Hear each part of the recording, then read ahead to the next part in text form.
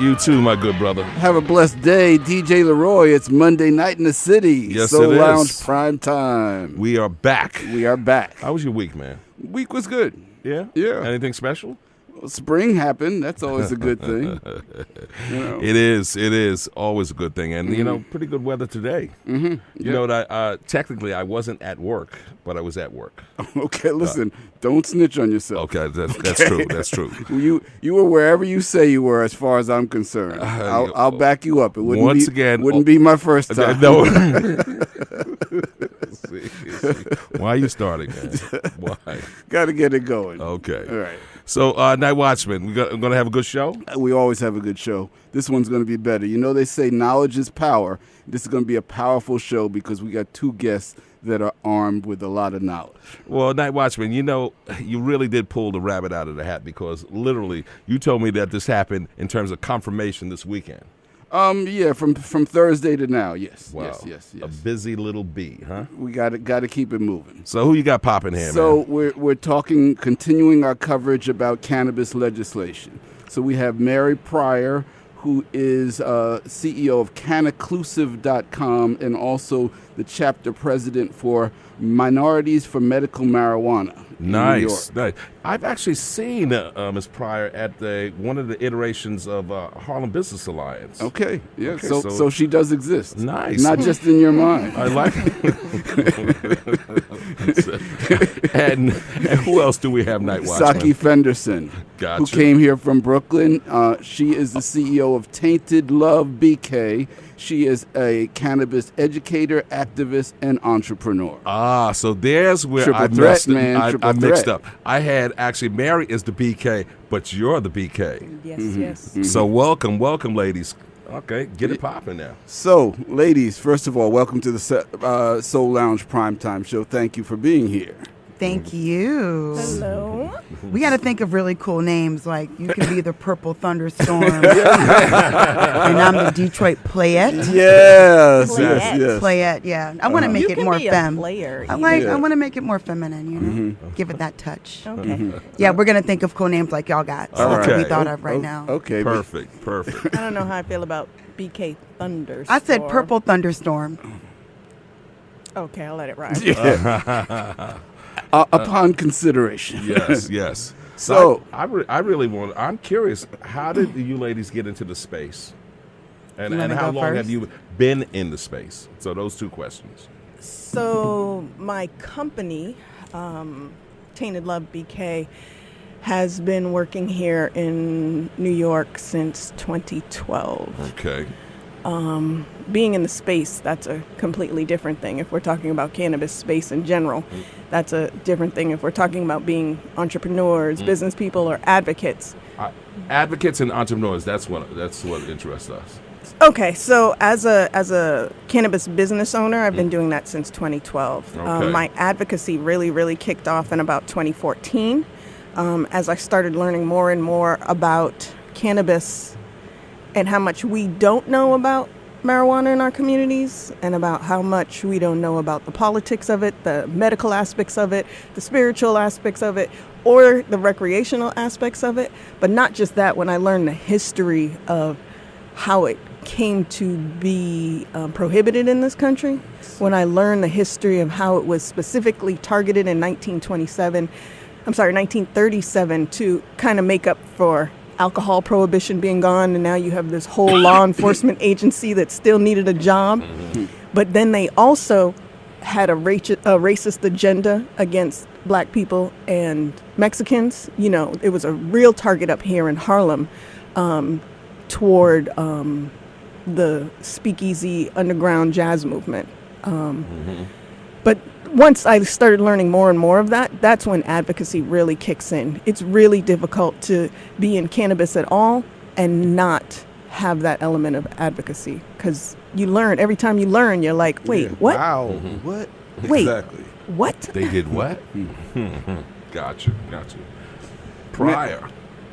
I'd say for me, I grew up with family that operate as caregivers in terms of growing the plant and, making it be available for within the community we resided in back home. But as for my personal journey, I took it out of being more recreational, like in college and working in music and tech, more so into medical and the needs outside of just thinking about smoking marijuana or consuming CBD when I got hit with a chronic health issue. Mm-hmm. And, for me, understanding the power of using something that had, a stronger element of CBC, CBG, CBN, CBDA, and even knowing what all those items are, just given my condition or great need. And, that happened around 2015 after dealing with a lot of just real medical setbacks from 2012 until that point. And I also started using the plant kind of to help add, I guess you would call, compassionate care with the passing of my mom. Cannabis is the only thing that allowed her to have no pain and, ease and transition outside of, just being in pain and going through a very, very ghastly, horrific transition in her life. Fentanyl, morphine, and Dilaudid wasn't even working for her. And I ended up servicing other people in that same facility as well who were seeking some type of compassion for their loved ones as they moved on to the next part of life, right? So I discovered that. I discovered the fact that, being a student of caring about that a lot mattered. And, I need this plant for me, more than anything. So, being able to go into creating Cannaclusive with two other black women, Tiny Rapley and Charlize Antoinette, who also have their own personal journey with it as well. We made Cannaclusive because nobody in California was giving any black girls any jobs. And we said, you know what, F this, we'll just do it on our own. And we started making imagery to showcase and destigmatize the way that we all look as melanated bodies in the space. And we did marketing projects, and I ended up becoming an advocate because honestly, yeah, business matters, but you got to have 1 foot in, 1 foot out at this point. And anybody who I encounter that's just looking at it as, I got to get mine. I'm like, yeah, that's cool, bro. But we're at the point where if you don't do both, you really are going to be out here and ousted, because it's a very, very realistic world that we're in, where this plant and this indigenous nature of it is being robbed from right beneath us and right in front of us. And if we don't come out of the shadows or, try to at least give our all from the advocacy level and the business level and show what we do know, given that we've been here and no one thinks we exist, especially politicians, then we're getting railroaded, and we're kind of allowing it to happen instead of putting up a fight and being honest about it. And that really kind of connects to something that I said at the Harlem Business Alliance last Thursday, which is cannabis, like all business, is about building relationships. And more so when we're talking about advocacy in business, it's about building allies. So when you talk about giving your all, Mary, and you talk about doing our best to make sure that what actually is ours is not ripped from us, building allies is extremely important, and being active in a consistent way is really important. So there's a lot going on this week. Today, New Jersey was supposed to vote on legalization. They decided to not have the vote because they didn't feel they had enough votes lined up. Yes, I was there. You were there? Yes. So please tell us. Well, I was there early. I was raised to wake up early all the time because I grew up with an elder that, my grandmother, they tell you to wake up early, you wake up early, right? So a colleague of mine, Jessica Gonzalez, who was an IP lawyer who transitioned in cannabis literally months ago, with her expertise, we were there at, 9, waiting for others who are also advocates out of New Jersey to arrive, such as Leo Bridgewater and Ronnie Soto. And before it even started, we all got the same update. It wasn't going to happen. And, we left. There was no reason for us to sit through, 2 pages of Senate votes and Senate dockets on everything. But, the reality of that situation is, if it doesn't happen in May, it's not going to happen until November for Jersey. And they said maybe November. Maybe, right? And it's literally, it was a matter of 2 tight votes away. And, unfortunately, that reality is something where, you know, they've gone through this several times within their entire process, right? You know, they're going through a voting system. With New York, you know, legislative is a different, you know, monster, right? So there's a little bit of a civics lesson that has to come along with understanding what is happening, what happened in Jersey, what's happening here. Absolutely. So I'd love to try to brief that up as much as possible and not monopolize time on that. But New Jersey's situation in terms of a vote, that's not the worst situation in terms of it not being voted on, right? You know, going one more spot at it, doing more convincing. That entire state needs more education. There's a lot of opposition from parents who don't know the right data or using old data that is not accurate. There's police that are using old data that's not accurate or not even reading the real data.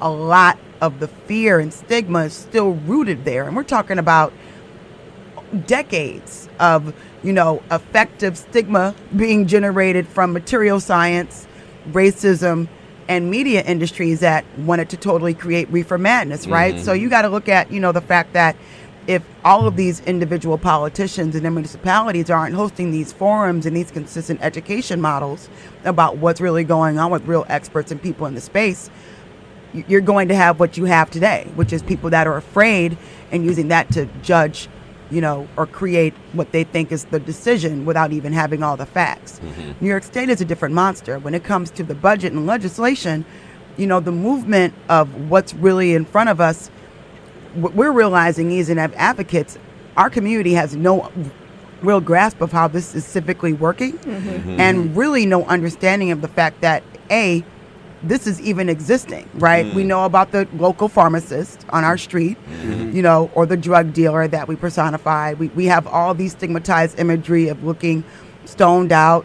We have all these assumptions of what it is. But I know people that look like us in this room and outside of this that consume that do not fit that stigmatized imagery. That's not from us. Mm-hmm.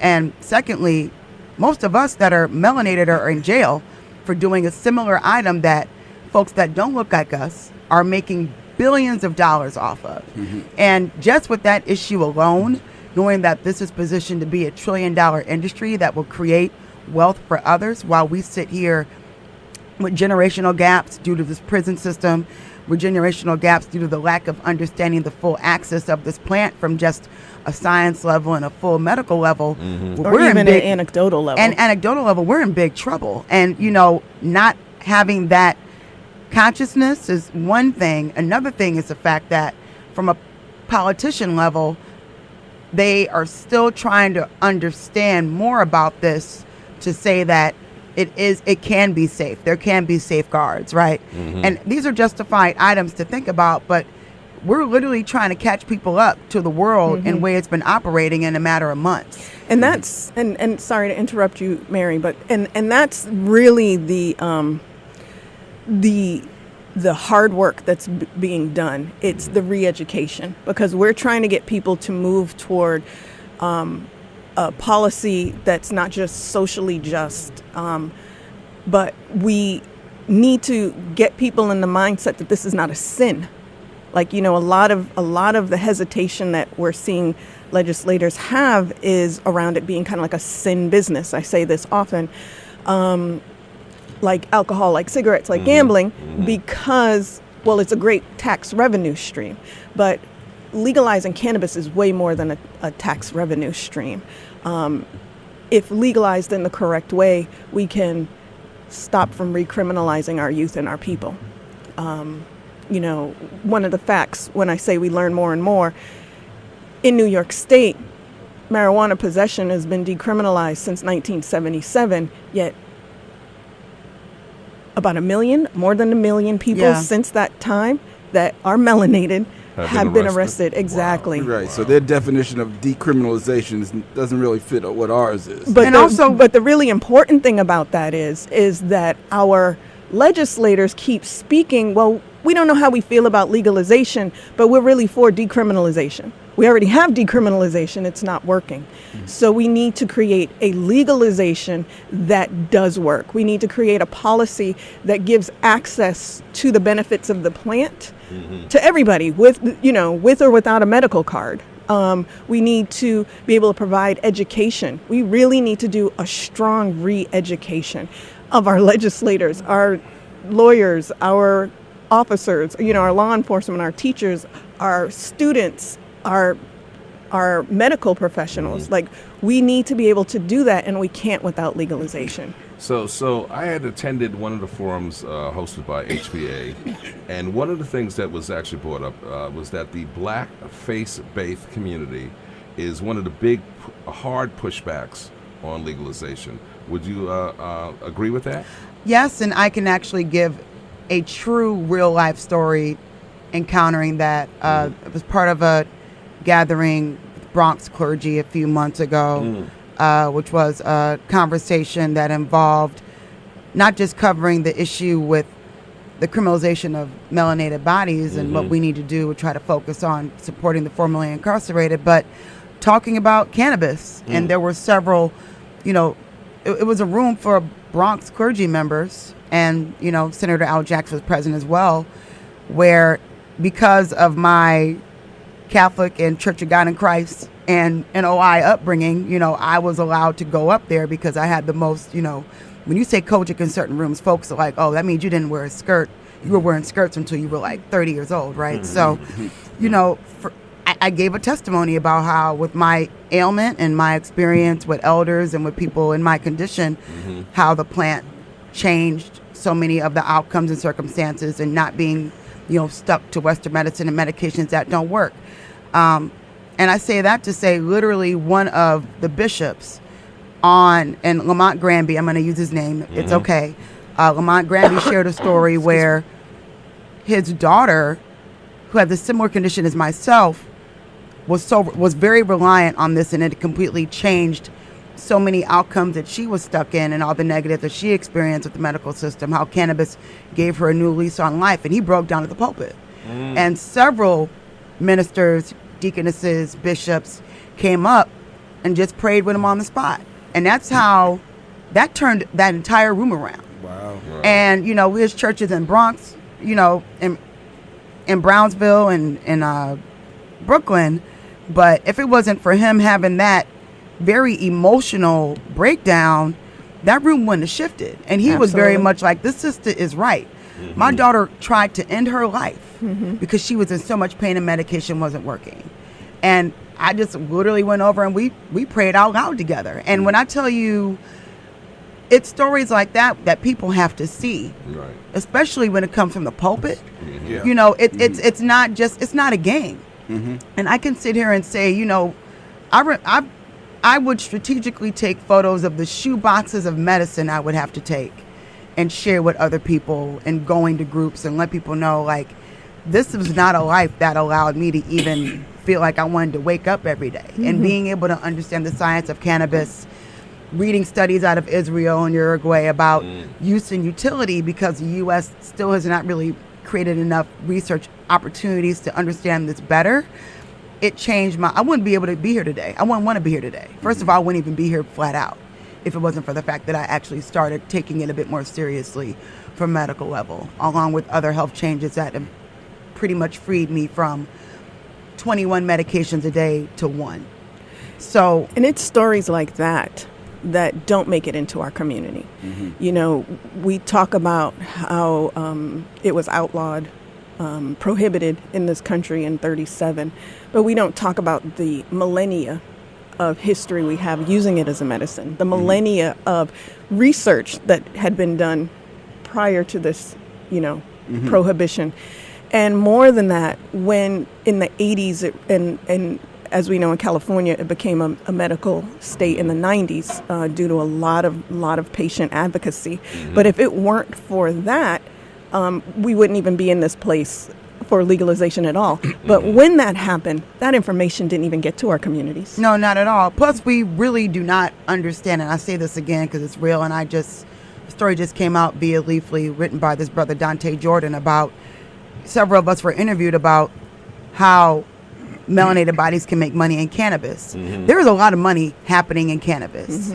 When this hits federal, we are definitely in an industry that we are looking at being left out on. Yep. That is a big problem that can be avoided right now at this state and time. Tech, we missed that. And I don't care what nobody says. When you have 0.02% of black women trying to get startup money, we missed a boat, right?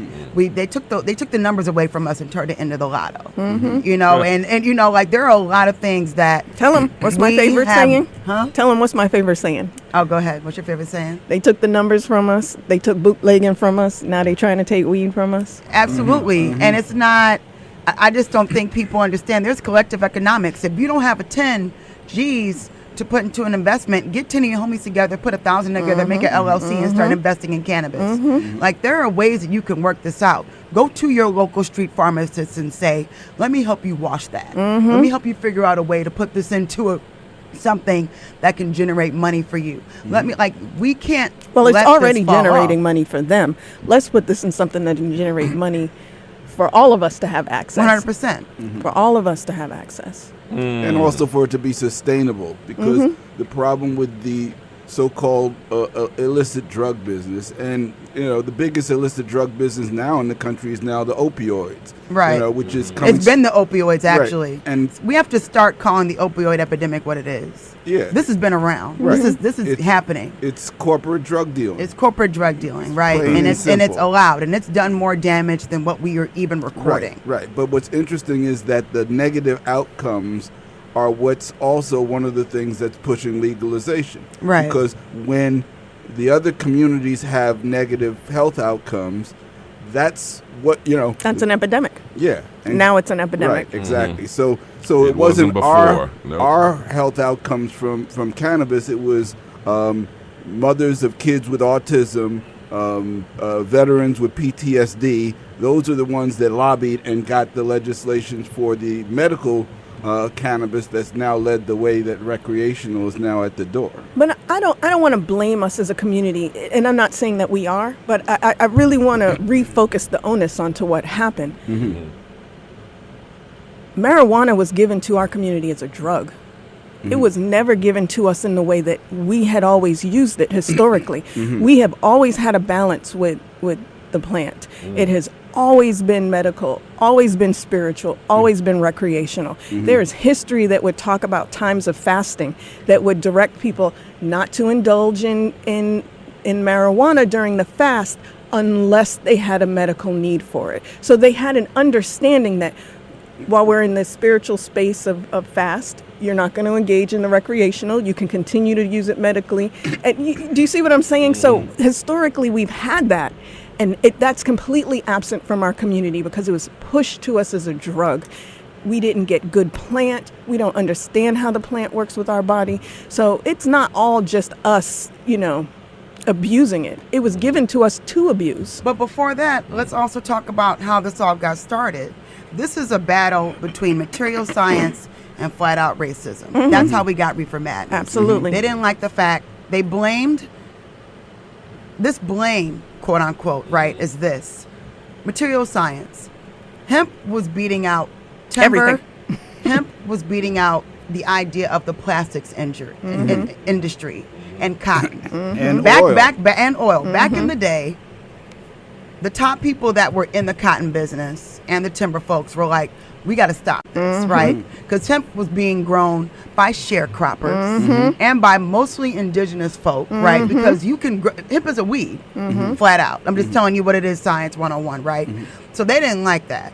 They also, putting the drugs in these communities and turning it the way they did, they said that reefer was creating Mexicans to just come in and do whatever and allowing black men to rape white women. So I just want to make sure we're really, really honest about how that It was all saying started. that it was making people crazy as well. And making if you people were crazy. White, So it would make you there was a insane. media campaign generated, led by the Hearst family and several others, And- right? That created this whole entire media spin and lobbying. It was lobbying back in the Yes. day too And to this- create this movement. And the DuPont. name marijuana. And Slinger. It was Yes. called cannabis for ages, and then marijuana was a way to give it the Mexican branding. Yes. So we all have been duped by a bunch of lies. We were duped by the original fake news of cannabis. All of us. Your grandmama, my grandmama. My grandmama was very aware, which is why she grew it, right? So I just want to make sure that's clear. So if we don't have that recall, right? Like so many of our elders have moved on or moved past, or we don't respect the stories, or we don't get these stories directly from the source. My grandmother told me this when I was 12, and she justified it by being like, and that's why we grow it for your granddaddy, and that's why he do it for his dementia. Flat out. And that's the way that I got that news. But it's real. We are living under a false cloud of false information, using falsified studies based off of fake data that's made by lobbyists to keep the story going. And fear. I just want to interject that as well. And fear. So a lot of the reasons that we don't have that connect is because our families were like, I don't even want you anywhere near that. I can't see you get arrested around this. So-and-so got arrested around this. Those boys over there who are getting arrested, those girls over there who are doing this, they have that. I need you to stay away from that. So that kind of victimization that has happened to us made us really turn away from it in fear. There's a lot of fear generated. Yeah, and my thing is, I blame us for not being mindful of the tools of the master, to be really honest with you, right? But this is all a giant facade that everybody's playing into, and it's the fear factor is making a lot of people not look at their decisions, look at the facts. And that's kind of what Jersey is dealing with right now, is they have to do more fact development, and people have to want to understand the facts across this nation in general, especially within communities that are melanated. And that's a heavy hurdle to have to reteach people all over again while convincing them. So now I'm convincing you that this is good for you, and I have to break all this history down for you. And now we can move forward to talk about why it needs to be legalized, how it needs to be legalized. In the meantime, while that's happening, people are making money. Cannabis making money, Anchorage making money, Argument making money, Madman's making money. And I can't get mad at that. We're missing out on the fact that this is moving without us. It's moving. It's not going to stop. It's not going to stall. Nope. There are bills already happening federally that are being discussed. Whether you have to want to understand what's moving. My issue is that we've lost the civics understanding across our school system in general. This is, understanding this electoral college, all this stuff is here in front of us to be able to understand and work within and dismantle, right? But with saying all of this, this is how they're passing through cannabis laws in different parts of the country. So let's talk about Civics 101 New York State version and what's happening right now. And can you frame for us the difference between New Jersey's situation in New York and where we are in the process in New York? We're going to start with New York. I can wrap up Jersey at the end. I'll let you go through New York. No. I was going to suggest that we deal with New York. We're in New York. Exactly. I think right now what we really need to focus on happening is that we are trying to get cannabis legalization put into the budget. When it's put into the budget, it's tantamount to it becoming like law, right? It's not a regulation. It's not something that the next governor can say, hey, I don't like this cannabis law, or let's vote this out. It becomes kind of like the law, right? So with that, we had a proposal that the governor dropped in January. Dropped it, struck it from the budget? No, I'm sorry, not dropped. He presented. Okay, gotcha. That was January or February, Mary? January 15th. January presented part of his justice agenda. Figuring out a way to pass through cannabis as being a part of the adult use bill and the expansion of medical, along with vacating records. And I just want to make sure that there's a distinction between understanding what it is to vacate records and understanding what it is to do expungement. So expungement in New York State doesn't exist. So when you hear the word expungement constitutionally is not there. It's not being framed to turn into anything. Vacate and auto vacature is what New York State is available or allowed to be able to do. That seals records. That doesn't remove the record. That's still messed up because when you go on a job hunt and you get, scanned or background checked, you have they're seeing a sealed record. You're immediately getting, you're going to get discriminated against, right? So we got to talk about that at another time, right? But I just want to make sure people are aware expungement is not up for consideration here. Not because it shouldn't be, it should be, but that's not in the Constitution of what's within the state. So, and there are details even to the auto vacate and the vacate process that are even more concerning. But we can't even, like you said, get into all those little bitty details right now. So right now, the Cannabis Regulation Tax Act was presented, but a few years ago there was a Marijuana Regulation Tax Act, which was part of what Crystal Peoples-Stokes and Liz Kruger created. The MRTA, for short, and the CRTA are different.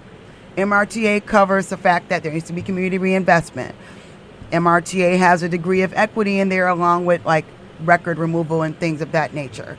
The CRTA doesn't cover the real expansion of equity at all, right? And it also doesn't keep into the matter of the fact that we're pretty much allowing a system to be created for the current operations within New York. We call them MROs, which are medically registered operations, to go into the industry day one as a monopoly, basically. As a monopoly, right? And so got new you, but if you don't licenses. have any day one equity kicking off, meaning community reinvestment, incubators, job training, support for formerly incarcerated, a real decrim plan, support for immigrants so that they're no longer getting hemmed up by this, support for understanding that home growth should be there, support for understanding that alongside all this, there needs to be a way to help people enter this industry or support people entering this industry to really make up for the war on drugs and what it's done to our communities, which is being heavily put together and led within the Smart Start Coalition, was created by Drug Policy Alliance. And shout out to Cassandra Frederick, who's leading what's happening within New York State as a director.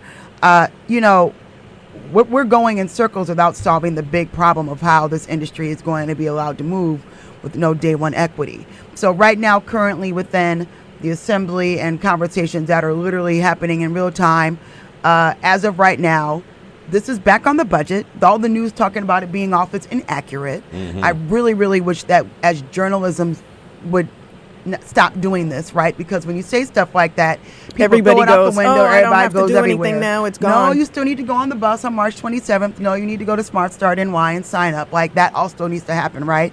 But I'm saying all that to say... So let's just stop and just elaborate a little bit more on the bus. So let's back up to go back to what's happening right now. So there's still... Go ahead. So what's happening right now is it is still in the budget. What is happening is, people are in big rooms, and the Senate, the Assembly, the Executive Board are going back and forth talking about the details of everything that would be in the budget. This is a big tax issue. It's a big policy issue. One of the things that we need to do as citizens, and this is where the civics part comes in, is make sure our legislators know what it is we want while they're making this decision so that it can stay in the budget. And that we want businesses of all different types. Exactly. From dispensary to delivery to testing to compliance to labeling. If we're not saying these things... And we want a preference. 100... Okay. Well, yes, we want to be... Melanated communities, a preference. Well, I mean, preference is a word that you have to be mindful of because you got to deal with like what the Constitution says, right? So, when you start making policy based off of race, you're going to get shut down. Ohio, Michigan tried it. It got shut down. So you can't, as much as folks are like, yo, we need to do that. I'm telling you, it got shut down in other states. It's going to get shut down. People will sue against that.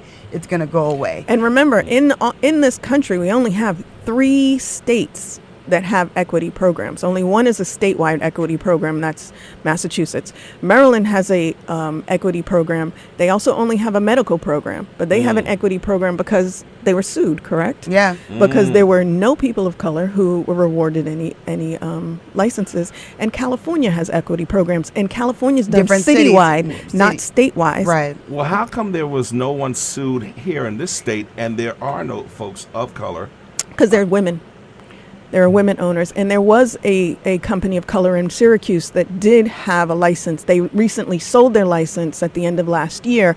They never opened anything up, and this is So they flipped it. Yeah, and this is something that gets said over and over again. And flipping a license will get you 10 to like 20 to 30 mil easy. Exactly. And so, we keep saying, oh, there's no people of color. Yes, technically there are no people of color, but there were.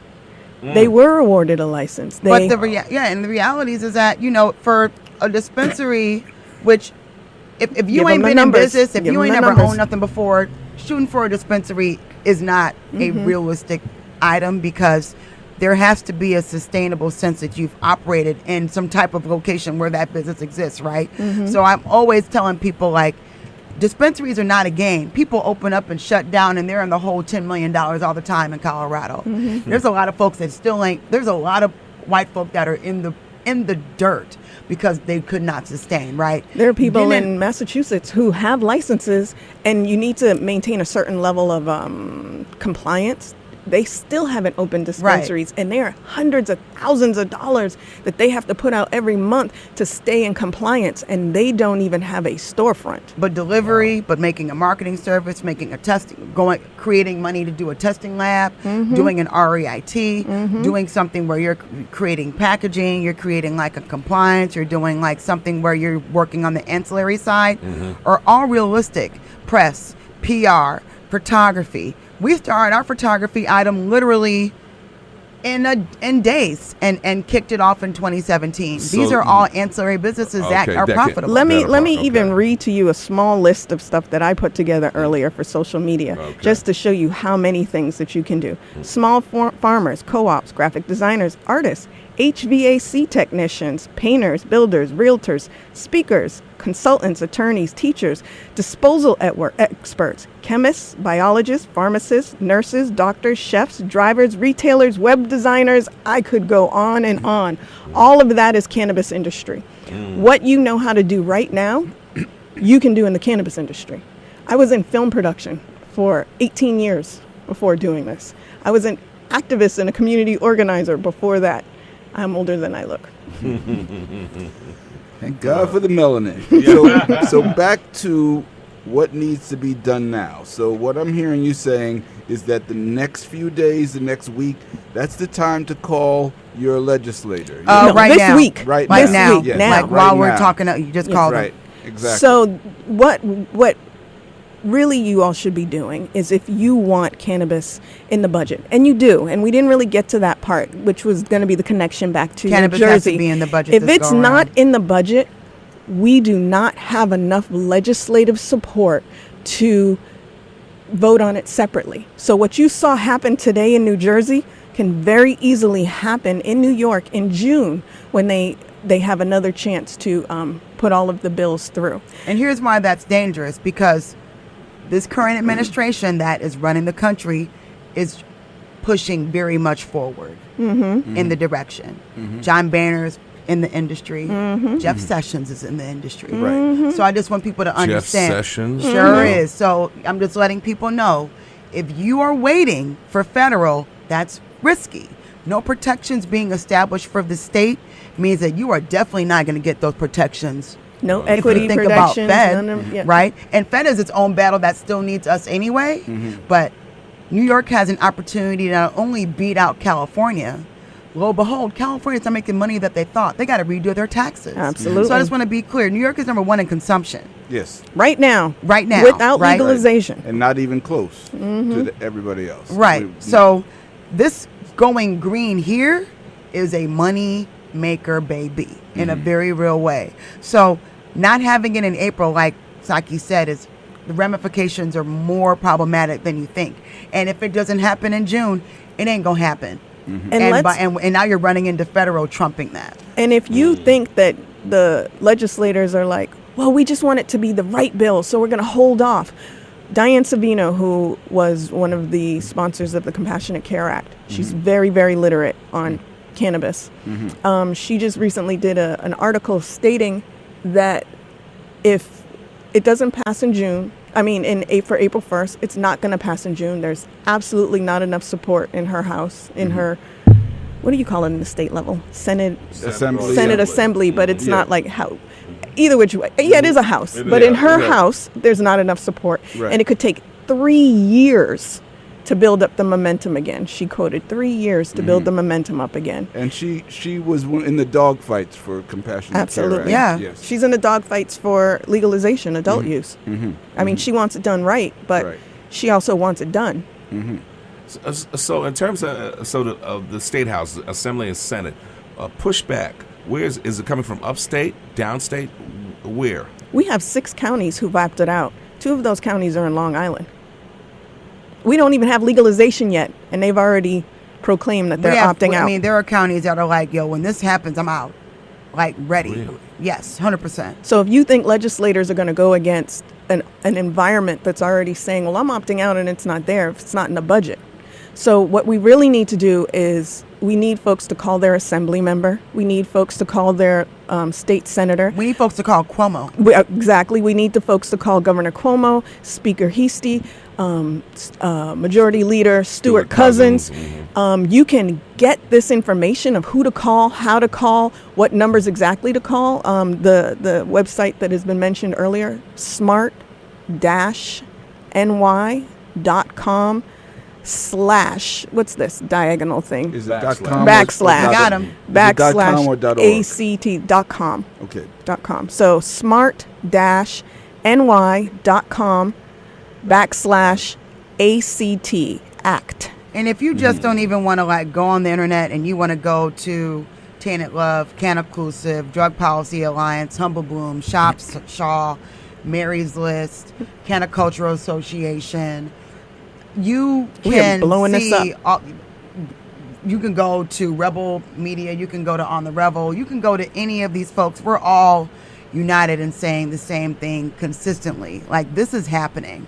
And everybody needs to be on these phones this week. If you don't want to go to Albany, got it, changing your schedule, you got family, you got commitments, you can get on the phone during a lunch break, you can make these phone calls, but this is real. And it's going to be really, really, really crucial these next 5 days.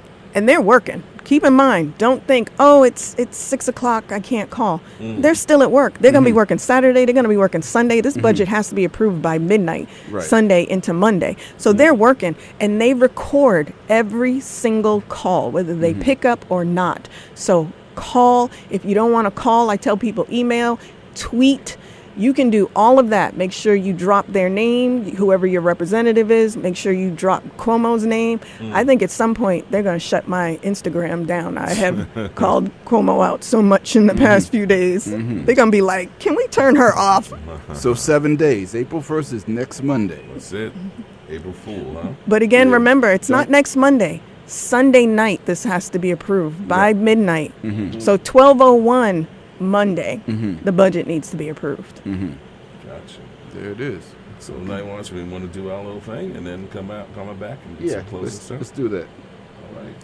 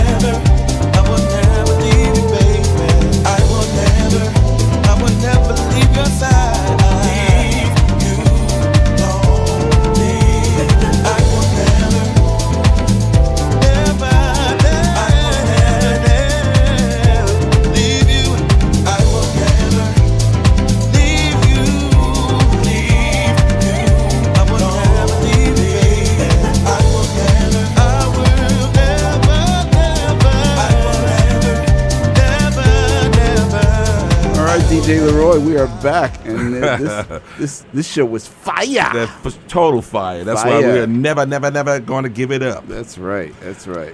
So, Night Watchman. Oh well, I got to say who that was. That was Never, of course, featuring Ralph Gums. What do you think? Mm-hmm. And I understand also we got a Sure Enough House fan up in this bad boy. Househead. That's right, Shelter. All night long. Yes. Techno over House Detroit. Just saying. Okay. Always So repping for again, Detroit.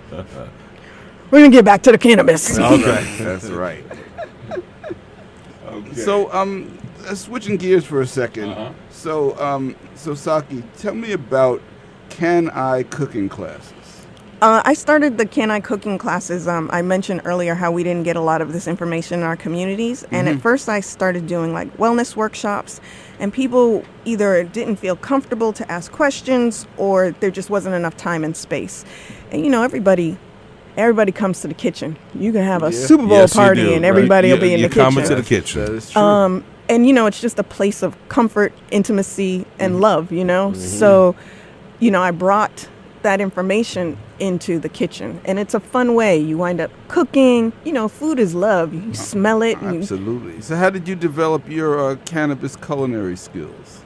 My grandmamas and my mamas, and You say it was we all got to came help with the clean DNA, is that what we you're all got saying? to help clean them greens, and so I do really enjoy cooking, and I did always notice that people came into the kitchen and were like, "Can you go out there?" I'm like, no. So it's really a great space to share information about cannabis, and a lot of different people have come to the class: deacons, former law enforcement, and all of them have tales similar. Well, not all of them, but a lot of them have tales similar to Mary.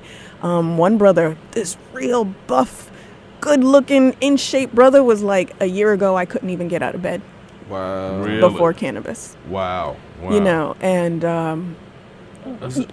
tell me about the time when let's say one who was really, really dead set against it suddenly has a conversion moment. What's it like for you? ooh, is that for me? That question's for me? Yeah. I don't really have moments like that. What I really have are moments where you can see that you really help people. You really help people understand. You really help them with their wellness, or with somebody in their family's wellness, or you really help them go, wait, no, I actually look at this differently. But it's more of a each one teach one kind of moment. Like, please, share this, because everything that I've learned, you can learn. It's just a matter of being able to share it. Wow. When you cook, do you usually cook only with flour, or do you use extracts, or is it all sorts of things? I prefer to cook with flour because, Mary mentioned earlier a whole bunch of letters. So cannabis is more than just CBD and THC. Right. And really they need each other to work properly. And they work at different, some back in the day, different strains had different levels, and that's really what helped. But you have other elements in the plant as well, like chlorophyll, which all plants have. What do they call it? Plant's blood? Chlorophyll. You have terpenes. You have these other things that you don't necessarily get from extracting. Because when you extract, a lot of times you're isolating, or you're just extracting the non-plant element. Yeah, you don't get the ensemble effect. And there's so many, the entourage effect, but there's so many parts of the plant in terms of what we call, cannabinoids, and then how it matches with our internal, everyone has one, endocannabinoid system, to where all those acronyms I was using, from CBD to THC to THCV to THCA to CBC to CBN to CBG, all those elements within the full spectrum category are important when it comes to using that extract from pure flower. And, currently the medical situation here in New York, our medical marijuana program doesn't allow access to flower. No. You cannot get flower in any of the dispensaries in the state. So when you're dealing with someone that has cancer, endometriosis, chronic IBS, IBD, QC, Crohn's, severe anxiety, and items when it comes to using the full spectrum of the plant, you're not going to get access to flower here to be able to do that. So, using the flower is very important, especially when it comes to what Saki offers, or even what I prescribe for people to utilize with their ailments. And if they're in different states and they have access to what certain states call smokable or flower, I immediately tell them, New York has nothing for you. You have to go outside of it, or if need be, you should move, which is what I did. And there's why a I moved lot to of California. There's a lot of medical cannabis refugees, who leave and go to places where they can help their children, help themselves, help their loved ones. And another thing on talking about the plant, one of the things that we don't realize is different ways you ingest help you differently. Eating is very different than smoking. If you have Parkinson's or even Crohn's, a lot of times you need to smoke, and the flowers is in my opinion, the most effective way to do it. And I'm not a big fan of burning carbon, period. But it is the fastest, I lost the word just that quick, but it's delivery system. It's the fastest delivery system to calming your shakes or easing the tension in your intestine. Thank you. And even certain items within the acronyms that I use as part of the cannabinoid system, like CBG, CBC, CBN, it's been shown in studies, and this isn't just like things. I'm using medical evidence studies to shrink cells or to do additional items. With my particular condition, CBG is very important to me. So I'm always interested in finding items that have that as a higher percentage within the plant, be it by you reading testing results or finding items within that category that give me that promise, because that's what I need for my particular condition. And again, with the plant, you have chlorophyll. Chlorophyll binds to heavy metals and flushes it out of your body. The terpenes speak to your brain and tell your brain where the cannabinoids should go and work with. I mean, even if you just think about smells, when you smell your mama's biscuits, how does it make you feel? You know what I mean? Like there's different parts that we're not getting when we don't think about the full plant. NightWatchman, man. Well, I guess it's about time we're wrapping this up, huh? This has been an incredible show, man. We will have to have them back. We know we do. Shout out to Dr. Stephen Robinson. I know he's Yes. listening. Society of Cannabis. He wanted to listen in, Clinicians. but some way the streaming was not working. Oh, no. So, but we will get the We're gonna archives post it. up, and That's right. also go back and listen on our YouTube channel with some of those other interviews we did with Dr. Robinson, with Yasmin Hurston, with Regina Smith. You guys have been cannabis deep. Well, yes. Listen, we recognize the importance. We're doing our little thing. And you guys have been doing in the space. You guys have been in the trenches. That's right. We figured if we could come down and help out a little bit. And I also want to offer that Harlem does have a CBD store now. Yes. Come Back Dilly, which is on 119th and 5th. I am part of that team, and Harlem is I live around the corner, so I care very much about making sure that people can come in. You can talk to me, you can talk to members of the team, but I'm part of the leading team on that now, and I really, really want. We service vets. We're around the corner from a vet center. They come in and out. We're speaking to vets regularly in terms of helping them understand how to use it for pain management, PTSD, and anxiety. So please come in. If you have arthritis, you have gout, you have pain issues, come check this out. You have issues sleeping, come check this out, please. I go to them for my elders. They are very well informed with awesome products. Perfect. So quickly, where can you be reached if you want to find out more about you, Mary, online? Cannaclusive, somebody from my team. Shout out to Tanya, Charlize, Cassia, Kendra, and Arlene. You can reach out to us via that handle on IG. Come Back Daily, you can hit us up there. That team we're a person of color team. And we care about making sure that, the community is well represented. And, please visit Drug Policy Alliance. Please visit Smart Start NY. Please sign up for the bus. Please call. It's Wednesday morning. It's early. It's all day. Just get on the phone. Like, we need people on the phone. Like Spike said. Seriously. Please get on the phone. Cassandra literally just called me. Please call. Yep. Thanks for being with us. It's Soul Lounge Primetime. We are out of here. We are out. Get ready for a Harlem Dance Party featuring Soul of a Time. Soul of a Time. WHCR 90.3 FM, New York.